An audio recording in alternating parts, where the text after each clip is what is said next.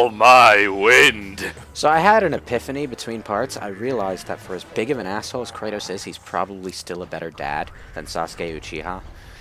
So, Yeah. that's... I don't watch Dragon Ball. to put that in context, Sasuke just sort of leaves the village after having a daughter and doesn't even recognize her when he meets her for the first time in Boruto. Wait, Naruto named his kid Boruto? Yeah. Yep. Everyone makes fun of the name. That's another thing that it's got in common with Harry Potter. The Next Generation flashback, time skip scene, where the kids have really stupid names. Severus Albus Potter. That poor kid is Albus going to be Severus beaten Potter. up. That poor kid is going to get beaten up so much at Hogwarts. Well, you have you know, no idea. there is a joke in that name, in that Albus Severus Potter, the initials spell out asp, which is a kind of snake. So, yeah, he wound up being Slytherin. But, well, I can't say much for Albus Severus Potter, but Boruto, for as dumb as the plot is and unnecessary as the series is, actually has some pretty good goddamn character moments in the series. Has that So- started, or... Oh yeah, it's like Yeah. maybe a season or two in, a whole story arc. at Didn't least. Naruto, like, just end, though? It like, ended A few years ago. a but few years ago. Yeah, they rolled Oh, right if- on into Boruto. It feels like it ended, like, 2 weeks ago to me. But that shows how much attention I pay to anime, a.k.a. none. So... Yeah. Well, it's been over in the manga for a while. The anime ended not long after because the anime was keeping pretty damn close to the manga to the point where it constantly needed to stop and do filler arcs. But yeah, Boruto is still a thing, and it's pretty far in, and there's a lot to see about it. I don't think it's out in English yet, though. Don't think so. It's not a bad series. It's just kind of unnecessary. Like, the story ended conclusively, and it didn't need to go on, and it's going on. So, Toy Story 4 of anime. yeah. Kinda, yeah. It's like, if you like Naruto, you'll probably get a kick out of Boruto, but, If it wasn't your thing, it's not going to change your mind. yeah. Like, you know, it's worth watching the fight scenes at least, because the fight scenes go back to the early Naruto mentality of being really technically interesting and clever, rather see, than just being energy balls thrown around and kaiju battles all the time. You see, I only ever watched the first arc of, like, through the first arc of Naruto, which was the arc where they were trying to protect the guy who was making the bridge. Yeah. And I remember not liking the action scenes at all in that because they stopped every 5 minutes to explain what the hell everybody was doing. Yeah, that was more a problem with the anime than with Naruto itself in general, because like those action scenes take like 3 episodes, 2 episodes to get through in the show, and this has to do with the anime constantly having to slow itself down because it's catching up with the manga. But in the actual manga, well, those are being released weekly. They can't like draw out an action scene that long. Otherwise, people are going to lose track of what's going on. So the action scenes that take like maybe 3 episodes to get through might take 2 chapters of the manga, which is a much quicker read. Yeah, I'm guessing it's just a pacing Yeah. issue in Yeah, the yeah, manga. the For the anime anime, is sorry. The anime is paced like shit. There is some serious Dragon Ball Z time going on, but That's why they call it Dragon Ball Z. yeah, but like the manga is good for the first, I would say up at least until the Sasuke retrieval arc is over, and I say Sasuke retrieval arc specifically because although I don't like Sasuke, the fights against the Sound Four are brilliant. But But that's a discussion. That's a discussion for another time. yeah, I'll Yeah, I probably. think the real question is, do you think Prometheus watches Naruto? That was his ironic torture. He made that was his ironic torture. He put up the torrents for Dragon Ball Z, and so he was forced to watch Naruto for the rest of his life as his ironic punishment. No, he was forced to watch nothing but the bad filler arcs for the He rest was of his life. Curry of life. I'll probably, I will most definitely do at least one of the Ultimate Ninja Storm games in the vaguely near future, since the Legacy Remaster Collection is coming out at the end of this month. But I guess we'll talk more about the series then. Yeah, let's save it for then. If we don't So run I'm sure out we'll of have plenty more to tangents say there. for this game. But yeah, since Prometheus died, we got a super mode. Okay, Yeah, not sure how that you're works, not but using. well, I don't fucking need to. Okay, so you're an idiot. I don't That likes fucking to need drag to. on time. You're as bad as the filler arcs in Naruto. You have to pad out time Well, because Jesus Christ. To tell the truth, whenever I have a super mode in these games, I don't use it all that much because I'm stingy with my energy. But in God of Listen, War, if it gets the encounter done faster, I do it. no, but in God of War, I use it even less because the L2, L3, R3 button press combination is just awkward to use. So I don't want to do it. You need to press on more nipples. But like it's Not that I would do that. it's just so awkward to do while you're in the middle of an action sequence. And the fact that DMC Devil May Cry did the same Ding. fucking thing for its Devil Trigger mode instead of just giving us a shoulder button, like it could have and should have, because it wound up using 2 of those for dodge, pissed me right the fuck off because it was stupid on so many levels. But yeah. Come over here and we get a secret passage. Yeah, so you see, a habit that I've been trying to break with my video game playing lately is actually trying to use this kind of stuff more often, because if you don't ever use it, you won't ever be able to build more points to use the next one, and you're stuck at max. So you don't ever really get you're wasting out on making it easier than it would be. So yeah, it winds up being a waste, and because of that, like, it's how do I put this? I wound up starting to use it more often in the DMC games, at least. But Ding. will you stop that? Like, seriously, it's annoying that people complain about me mentioning stuff that's relevant. But it's what was I gonna say? Like, I never felt inclined to use it more in the God of War series because of the button input. Like, I don't know what it is about that awkward button combination that just makes me not want to bother with it, but I wind up not wanting to bother with it. This is very interesting because I never had a problem with pressing both of the analog sticks. I hate pressing the control sticks for anything. Honestly, it's Really? it's awkward I for never- me because I it's never not a done button; it's a control stick. The analog stick button is good for toggles. It's good for the crouch maneuver in the Elder Scrolls games, because you're moving with the left analog stick. So you click that same analog stick to go into a duck. That's a very natural kind of use for the button clicker. But Yeah, but if you look at it my way, to me, pressing down the in the sense of that case is you're pressing a button to trigger. yeah, a it's more a question of it being in an awkward position to press down quickly. You know. You see, it depends. It's psychological. It depends on the action you're using that button for. Because what Lewis is saying is that action is normally reserved. The control stick is normally reserved for movement. So it makes sense for the control stick pressing it down to do something related to your movement, aka crouching. Whereas a game like, say, Dragon Quest Heroes, when you press where you press down R3 in order to lock onto enemies, just makes no sense, and it's awkward and stupid. Yeah, that does seem really goddamn awkward. Especially when Hyrule Warriors taught me to use L to lock onto enemies. Another thing I hated it for was, like, the R3 button was something that you clicked in a first-person shooter for the flashlight. I think it was Doom 3.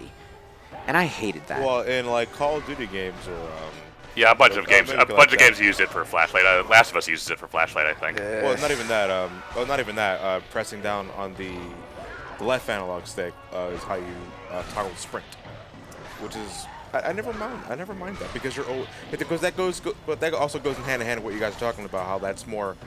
It's related to movement, so it's more natural. Yeah, but by that same token, I just hate sprint toggles. I'd rather have a button to hold down. That's just me. Mario taught us that. Yeah, well, for something like Call of Duty, I just more naturally inclined to do that because that's how it's always been. It makes more sense in a first-person shooter where because you want to be able to aim more steadily. So pressing a. Well, yeah, in a first-person shooter, doing anything with the face buttons while moving is a pain in the ass. That's why everything that's important is on the shoulder. Yeah, because your fingers are on the sticks the entire time. And to think that there was a time when credible game journalists would say that that kind of control scheme was awkward. Everything just takes getting used to. That's all it is. Yeah. It was Alien Resurrection that first did that control scheme for a console shooter, and this was a PlayStation 1 game. And like one of the most infamously bad reviews of ever was this one review. I think it was a magazine, might have been a website, where the reviewer really hated the control scheme, ostensibly because it was different. But let's not pretend here. The control scheme used for games like old school GoldenEye and Perfect Dark was freaking terrible. It's just that those games were good enough to, make up for the fact that they were first-person shooters not on PC. And without a proper right analog stick. Yeah. Yeah. Like, I never really, like, you play GoldenEye because it's, I don't want to say just because of nostalgia, but you have totally different expectations when you're playing a first-person shooter on the N64, which doesn't even have an analog it's like stick. around that time, like, nobody really knew what to do with first-person shooters on consoles. Like, the only solution was to have this sort of gimped semi-auto aim system going on. Or your movements are essentially, when you turn left, you're not just strafing, you're also turning the entire camera. Basically, if you weren't GoldenEye, you were Doom or Wolfenstein. Yeah. And those were primarily made for PC, so. But it was like the SNES and such ports for Doom just don't control as well, or no, they control well though. Well, it's more a matter of there wasn't really an effective way to sprint, to strafe. So the only reason that you could get away with not strafing in those games was the simple fact that the actual aiming was very vague and automatic. Like, you just sort of had to point your gun in the general direction of an enemy and they would fall over.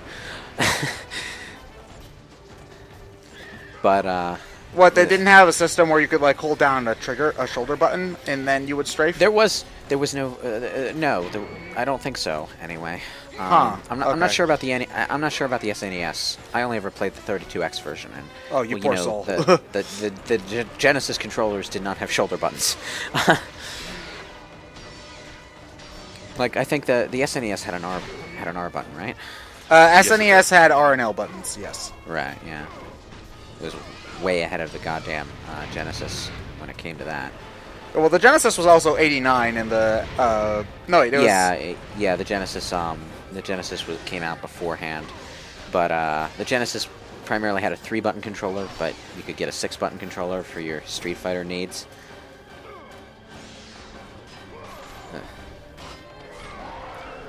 We got a horseback, yeah.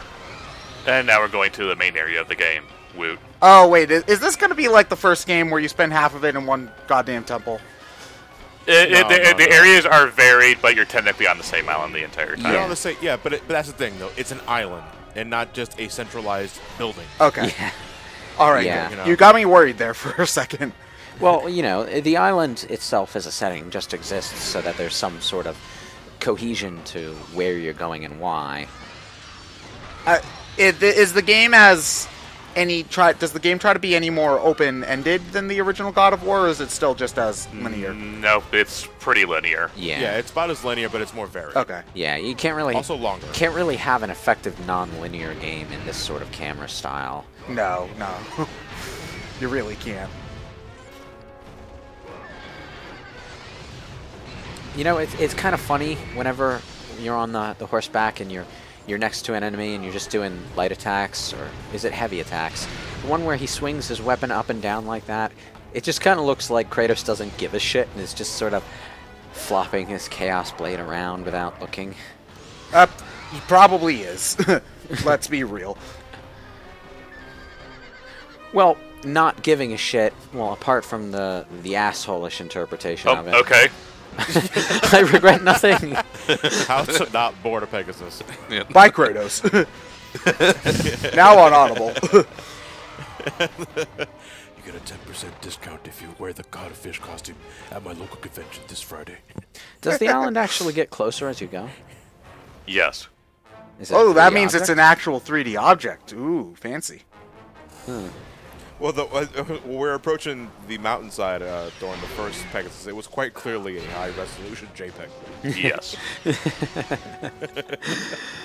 Here's our quote-unquote boss for this section. One of the things that certainly does not age well when you up-res this game is the backgrounds. The and map paintings. environments. Yeah, they don't Map paintings. they don't look quite as harmonious with the graphics as they used to. You can't Like- really do that without redrawing. Well, them, though. higher resolution, bigger TVs, etc., etc. God of War is also a prime case of how it looks versus how you remember it looking, because like these graphics haven't aged too terribly well. But I remember when I played the games the first time, I was in a constant state of wow, that looks awesome. Well, yeah. I mean, what did you have to compare it to at the time? That's Yeah. the thing.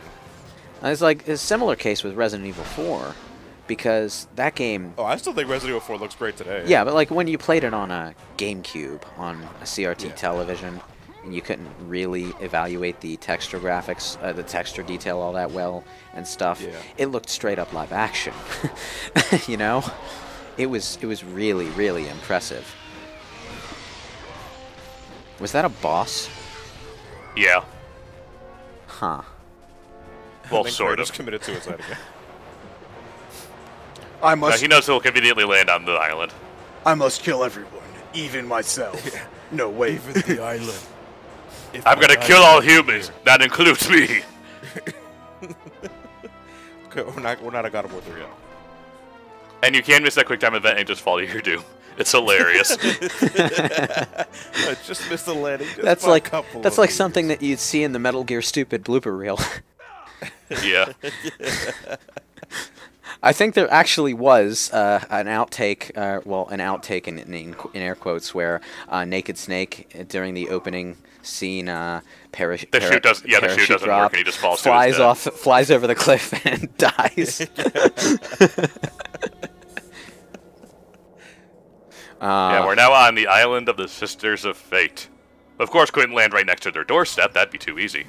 No. Hey, you know, we're just lucky that he managed to land. Okay, we're gonna count our blessings while we have them. That's true. Oh, but if we do that, Zeus will come and kick us in the dick. What the hell, Kratos? What were you doing? Yeah, I showed that wall who's boss. I think he was dancing with the wall. If you like the wall so much, why don't you marry it?